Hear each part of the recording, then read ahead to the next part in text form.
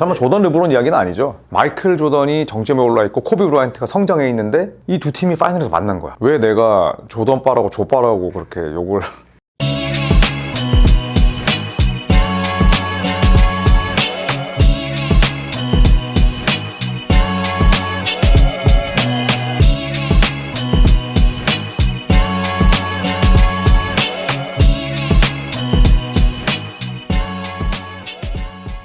얼마 전에 컨텐츠 올라간 거 보셨죠? 르브론 조던. 아, 르브론 조던. 네. 사람들이 약간 저희 의도와는 다르게 그러게요. 고트를 얘기한 게 아닌데 왜 댓글이 다 그렇게 가는 거지? 그냥 주제가 조던이 은퇴하지 않았더라면 그 르브론이 원클럽맨으로 남았으면이라는 거였는데 왜 내가 조던 빠라고 조 빠라고 그렇게 욕을 먹는 거지? 이해가 안 가네. 그 댓글 흐름이 우리가 원했던 주제와는 전혀 상관없지 않았어요? 전혀 상관이 없더라고요. 진짜 조던 르브론은 좀 조심해야겠다 이제. 설마 조던 르브론 이야기는 아니죠? 조던 르브론처럼 막 이렇게 사람들이 열광할 만한 라이벌리가 있잖아요. 제가 궁금한 거는 NBA에서 과거부터 해서 현재, 미래까지 이런 라이벌리를 형성했고 하고 있거나 이제 할 만한 선수들이 있을까요? 지금은 사실 좀 딱히 떠오르진 않는데 뭐 과거에는 많았죠. 윌트 체인벌린, 빌 러셀부터 해서 뭐 80년대 매직 존슨, 레리 버드 되게 본격적으로 점화가 됐었고, 그리고 나서 뭐 가장 최근은 뭐 르브론 제임스, 스테픈 커리. 왜냐하면 이 두 명이 플레이 스타일이 비슷하다기보다는 뭐 전성기가 좀 겹치고 또 파이널에서 계속 맞붙었기 때문에 이 두 명이 라이벌이었고, 뭐 항상 라이벌이 있을 때 뭔가 좀 리그가 흥행을 했었거든요. 90년대 때는 빅맨의 시대였기 때문에 그때는 뭐 올라주원과 유잉 빅맨들, 뭐 샤키로닐과 올라주원 막 이런 식의 구도가 또 있었는데, 글쎄요, 지금 저는 웬반야마는 홈그랜이 좀 재밌는 라이벌이 됐으면 좋겠어요. 유행은 돌고 도니까 이제 빅맨들이 다재다능하지 않으면 살아남지 못하는데 요 두 명은 다재다능하고 깡말랐지만 깡이 세고 또 같이 데뷔를 했기 때문에 저는 지금은 홈그랜과 웬반야마를 무지하게 기대하고 있습니다. 그렇다면 과거에 이렇게 라이벌리가 형성됐을 때 저희가 생각하는 거는 과거에는 일단 조던밖에 기억이 안 나서, 아까 말씀하신 라이벌들이 매치를 했을 때 플레이 스타일이나 이런 것 좀 설명해 주실 수 있나요? 조던은 사실 저는 라이벌은 없었다고 생각하거든요. 이러면 또 댓글 달릴 텐데. 어쨌든 조던은 라이벌조차 없었던 그런 선수였고, 그러니까 동등한 매치업을 했을 때 예를 들어서 뭐 매직 존슨, 레리 버드, 저도 이제 그때는 라이브로 보는 세대는 아니에요. 근데 매직 존슨과 레리 버드가 라이벌로 불렸고 뭐 전 세계에서 열광을 했냐면 일단 보스턴과 레이커스가 라이벌이야. 그 다음에 서로 다른 컨퍼런스니까 1년에 2번밖에 안 붙죠. 그러니까 희소성이 있는 거죠. 희소성이 있으니까 야, 이거 둘이가 파이널이 아니면 우리는 이 둘의 대결을 볼 수가 없는데 1월 4일에 열리고 4월 1일이 열리네? 야, 이때는 내가 달력에 동그라미 표시해놔야겠다 라고 이제 사람들이 보는 거죠. 그러면 이걸 매직 존슨, 레리 버드뿐만 아니라 매직 존슨의 동료, 레리 버드의 동료도 다 알고 있죠. 이거는 우리가 꼭 이겨야 된다. 그러다 보니까 뭐 서로 더 경기에 집중하고 명승부가 나오는 경우가 많았고, 제가 90년대 초반부터 NBA를 봤기 때문에 가장 뭐 재밌게 본 라이벌전은 저는 빅맨들의 대결이었어요. 뭐 올라주원과 유잉이 맞붙는다, 뭐 아니면 뭐 올라주원과 샤키로닐, 뭐 데이비드 로빈슨과 뭐 올라주원 이렇게 붙었을 때, 그러면 서로 진짜 눈깔에 불 켜고 하는 거죠. 그러면 그때는 뭐 팀플레이를 저해하지 않는 선에서 두 명의 불세출의 스타들에게 볼을 몰아주고, 그때는 조금 뭐 도움 수비 같은 것도 덜 가고 그냥 둘이 맞짱을 떠라 이런 식이고, 요즘 들어서는 매치업을 살짝씩 바꾸잖아요. 슈퍼스타가 슈퍼스타를 막는 경우는 많지 않거든요. 그렇긴 한데 얼마 전에 다시 웬반야마로 홈그랜 이야기로 돌아오면 그 둘이가 직접적으로 매치가 많이 됐었거든요. 그 경기가 열리기 전에 뭐 지역 기자들, 비트라이터들, 또 팬들이 뭐 선수들 SNS 가서 하는 말들 전부 다 선수들이 의식을 안 할 수가 없기 때문에 저는 그래서 라이벌전이 더 재밌는 것 같아요. 다만 저는 진짜 라이벌전은 이제 매직 존슨과 레리 버드처럼 약간의 팀 간의 역사도 서려 있고, 그 다음에 서로 다른 컨퍼런스였으면 좋겠어. 1년에 딱 2번만 붙는. 웬만하면 홈그랜이 같은 서부 컨퍼런스이긴 하지만 그래도 저는 이 두 영스타들이 향후 한 15년 동안 건강하게 라이벌 구도를 저는 했으면 좋겠어요. 지금 커리, 르브론이 흥한 것처럼. 그쵸.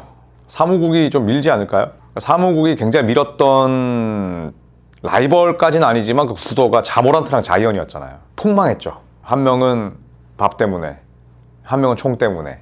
그래서 지금 NBA 사무국은 찾아야 되거든요, 사실.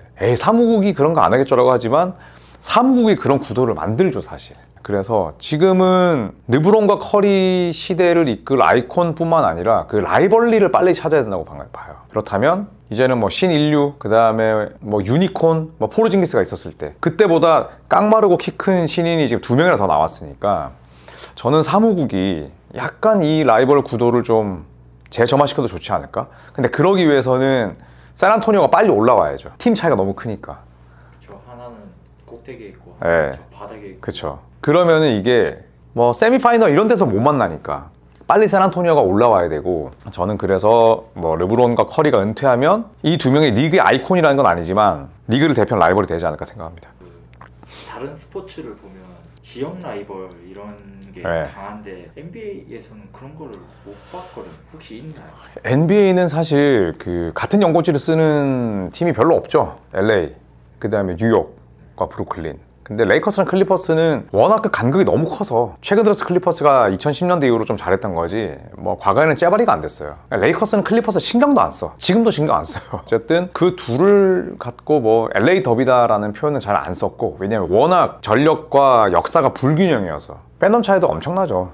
LA에 사는 대부분의 팬들이 레이커스 팬이에요, 사실. 근데 뉴욕도 마찬가지죠. 뉴욕도 브루클린 네츠 이전에 뉴저지 네츠라고 있었잖아요. 근데 뭐 지역에 인접해 있지만 그것도 마찬가지예요. 뉴저지 네츠는 물론 역사가 깊고 유서가 깊지만 뉴욕에 비하면 확연히 덜 인기팀이고, 뉴욕은 우승을 2번밖에 못했지만 그래도 미국의 뭐 심장이라는 약간 그런 것도 있고, 빅마켓에 뭐 스타들이 좋아하는 곳, 지금은 그런 게 없어졌지만. 그러니까 뉴욕과 브루클린도 마찬가지예요. 레이커스랑 클리퍼스랑 약간 비슷한 느낌인데, 그러니까 이런 건 있죠. 뭐 텍사스 더비 해서 뭐 휴스턴과 댈러스, 샌안토니오 이런 게 있고, 동부 쪽에서는 뉴욕과 보스턴, 뭐 뉴욕과 필라델피아, 보스턴과 필라델피아, 이 세 팀이 서로가 서로를 다 싫어해요. 모든 뭐 메이저리그 팀부터. 그래서 동부에서 맞붙으면 또 뉴욕, 보스턴, 필라델피아가 미국에서 또 역사가 오래된 도시잖아요. 그 다음에 로스앤젤레스, 뭐 라스베가스, 샌 붙는 거 있잖아. 샌디에고, 뭐 샌안토니오 전부 다 과거에 멕시코 땅이었잖아. 근데 위쪽은 미국 내에서도 그래도 뭐 독립이 이루어진 곳이고 여러 가지 유서가 깊은 도시다 보니까 지네들끼리 우리가 잘났네 막 이런 게 있어요.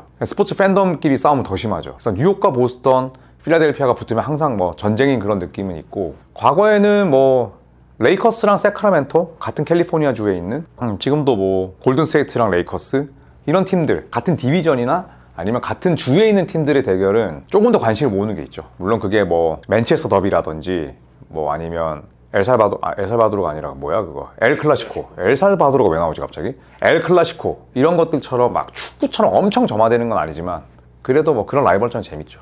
라이벌 얘기를 쭉 했는데 네. 위원님이 좀 보고 싶었던 파이널에서.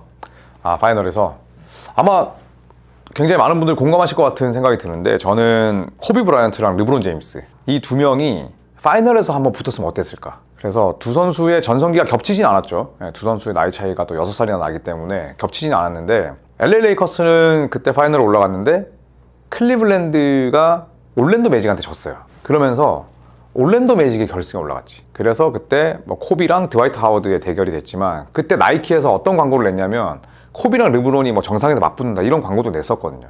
그리고 사실은 NBA 사무국이 제일 바랬지. 코비랑 르브론이 파이널에서? 이런 느낌이니까. 어떻게 본다면 마이클 조던이 정점에 올라있고 코비 브라이언트가 성장해 있는데 이 두 팀이 파이널에서 만난 거야. 얼마나 재밌었겠어요.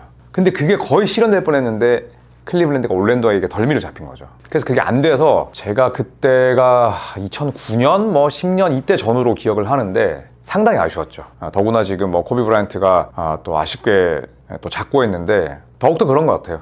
그때 만약에 두 선수가 정상에서 맞붙었으면 결과가 어땠을까. 그래서 저는 그 대결을 못 본 게 굉장히 아쉽습니다. 그리고 또 그 둘은 2008년에 베이징 올림픽 때 금메달 딴 동료였잖아요. 리딩팀. 그리고 나서 그 직후에 얼마 지나지 않아서 파이널이 성사가 될 뻔했으니까 굉장히 아쉬웠죠.